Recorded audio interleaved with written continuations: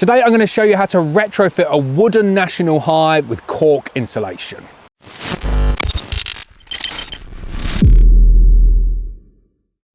So cork sheeting is an absolute wonder product.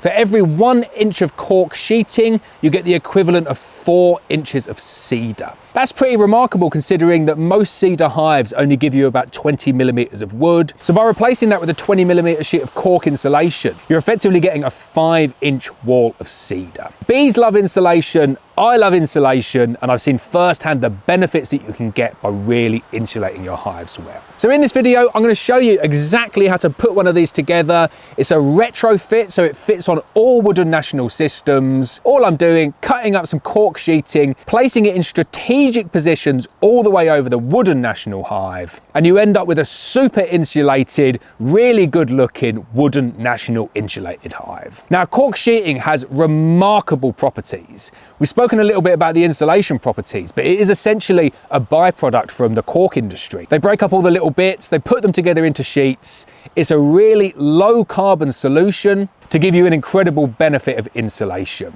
It's an alternative to a polyhive, and I'm going to do some testing later on in the year. I'm really keen to work out what the thermal values are on this hive here. I'm going to run this one throughout the year though. I'll do some testing, I'll run it up against some polyhives.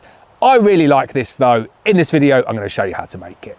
Right, enough of me rambling. I'll jump straight in and tell you how I retrospectively applied the cork insulation to my wooden national hives. So wooden national hives are a little bit of a rubbish design. I think we can all agree on that now. They have some really strange quirks, but when it comes to actually doing this application, this retrospective insulation, I think it works quite nicely, and I think what I've designed here will work very well. So you can see at the front there, I've cut a piece of cork insulation and I've just put that into the rebate that you get on a wooden national hive. I'll stick up all the dimensions at the end, but what I would recommend if you're going to do this is just buy some insulation sheets and measure your specific wooden national hive, because depending on the moisture content, depending on how well it's been put together, these dimensions are going to change. So don't copy my dimensions. You do need to cut and measure this for yourself. And what I've done with all of mine is I've used 20 millimeter cork insulation sheet. I'll stick the link in the description as well. I found a really good company that does all of this sheeting. In this rebate here, I've used 20 millimeter thick cork sheet.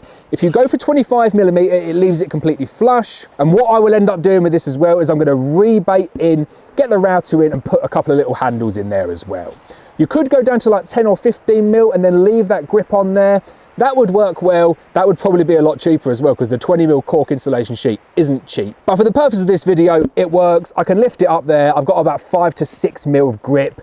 Definitely work better with a handle. But then you come around to this side here and you kind of think, well, how am I going to insulate that there? All I can do is stick a piece of cork on the outside. But no, I've gone down the inside insulation route. So what I've got on the top here, that's just a piece of pine that I've ripped down to that size. And then if I spin that around, you can see what's going on. We've got that outer shell of cedar. Then we've got a layer of 20 mil cork insulation. And then I've put another layer of 12 mil ply on the inside. I didn't want any chance that the bees were going to start nibbling away at this cork. For the sake of a little bit of 12 mil ply on there as well, I think it's going to give it the longevity. And the fact that it's all internal and covered by this piece of pine at the top should last for absolutely ages. So that's what the boxes look like. In that dimension, I've got insulation on the inside, and then on that dimension, I've got insulation on both sides of it there. So if you're in the middle there, you're a nice warm bee, you've got insulation all the way around you. So the way that I plan to run this is I'm going to run it all on single national deeps. I'm not going to do a separate one for supers because it makes it easier, doesn't it? Cutting everything on the table saw, getting it to the right size. So all I'm going to run one hive throughout the season with 4 national deep boxes.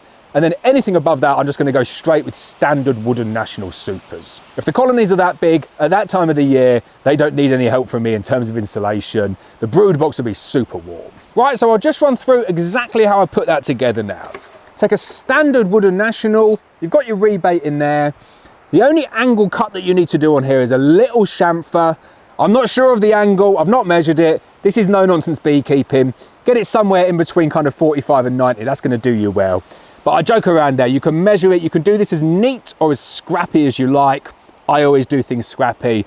A little bit neater with the table saw this time, but I pre-cut everything on my table saw. Absolutely love that table saw. Gives you really nice clean cuts I hate it when it kicks back the ply at me though. So then all you need to do is so simple. You just take your cork insulation and you just pop it into place. I like to get it on a really nice tight fit, so you've got a bit of a compression fit on it as well. I don't bother gluing it, don't see the need to glue it. The compression fit will hold it in place. And then I'm just going to stick 3 screws in either side just to keep it there. So there you can see, I've got that in. Probably the best bit of measurement I've ever done. That is down to about literally 0.1 of a millimetre. Little gap over that side, but I'm well happy with that. So nice compression fit. I'm just going to stick 3 screws in, and then that's that side insulated. The outside bit's really, really easy to get going. So then just flip it over, exactly the same on the other side. Let's see if my measurement's as good on this one. Hey, I'm getting pretty good at sticking them in there. That's such a good fit. You don't need to put the screws in. If you can get it nice and tight like that, I reckon it'll probably stay in.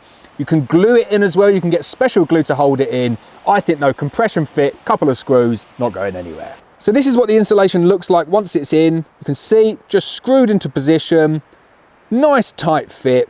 I've got the chamfer on that bottom edge. And that's it, the outside are completely insulated. So outsides are done. We're going to move over now and insulate the insides. Like I said, you can't do the outside because there's no rebate on this side of the national wooden hive. So you need to do it on the inside. And I'll show you my technique now for making sure that you maintain the bee space and you maintain the space above the frames in the box below.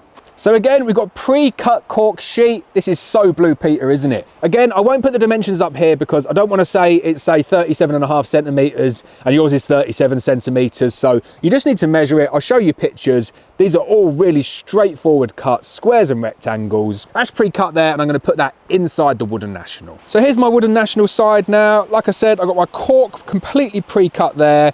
That just slides in. And then what's really important is that you get it flush with the top of the runner there. Same on that side, because we're going to cover that over. That means you're not going to get bees messing around in this space up here, because we're going to cap all of that over.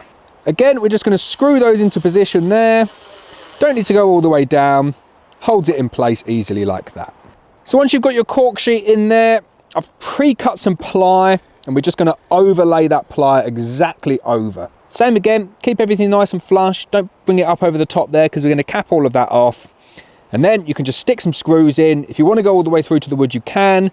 If you're like me and you've not planned it very well and your screws are too short, it will hold it actually going into the cork as well. So there we go. I've got my ply in. I've got my cork insulation in. If you left it like that, it would work, but you've got these open edges that the bees can easily access. You don't want the bees going in there. You don't want brace comb. You don't want moisture going down. So I've just cut some pine, stripped it down, and I'm just going to cap that on the top, screw it in place. So you can see the makeup of it here. I've got my cedar on the outside, cork in the middle, and then a sheet of ply. And all I'm going to do, again, my measurement's pretty good here. I'm happy with that. Got some nice piece of pine that I've trimmed down. And really important, you just want to keep it completely flush all the way along. So there you go, that's the box complete. I've got my outside insulation, my inside insulation capped with some ply, and then I've got a pine topper to stop any ingress of water. So I have to say, I'm pretty happy with them, and I think they look really cool as well. You get this two-tone color effect. You can see I've got that outside insulation there, retrofitted onto a wooden national, and then in the middle, I've got these pieces of pine toppers and nice, thick exterior walls as well. So in terms of other insulation in the hive, the only other place that I'm going to put insulation on here is I'm just going to put a nice 1-inch thick cork sheet on top of the crown board. That's the only other place that needs it. And that is the most important place to put it as well. Don't make your hives this insulated and then don't insulate the roof. You will cause yourself more problems doing that than if you just left it without anything. So make sure you get some really nice insulation on top of that roof and try and get it more insulated than the walls are here. So if you've used 20mm sheet in the walls, go for 25mm above. I'm actually going to use this with a poly ashforth feeder. I know it's a complete and utter cop-out because I'm trying to do this as a kind of no plastic hive, but I need a way to feed. I've already got loads of poly ashforth feeders, so that's just what I'm going to do. If you don't want to do that though, completely understand it. I wouldn't do it if I didn't have the poly ashforth feeders. Get yourself a nice thick piece of cork sheet, preferably like twice the thickness of what you're putting in the walls. Get that above the crown board and your bees are going to be so warm and cozy over winter. It's a really important point that I've just touched on there though. People think insulation is good for bees in winter, keeps them warm in winter, and I hear loads of people saying to me, oh yeah, but it's really bad in summer. Doesn't work like that. Insulation works both ways. It keeps heat inside the hive and stops it going out. And it does the complete opposite in the summer, which is that it stops heat coming in, which means that they're able to keep themselves cool in the warm summer sun.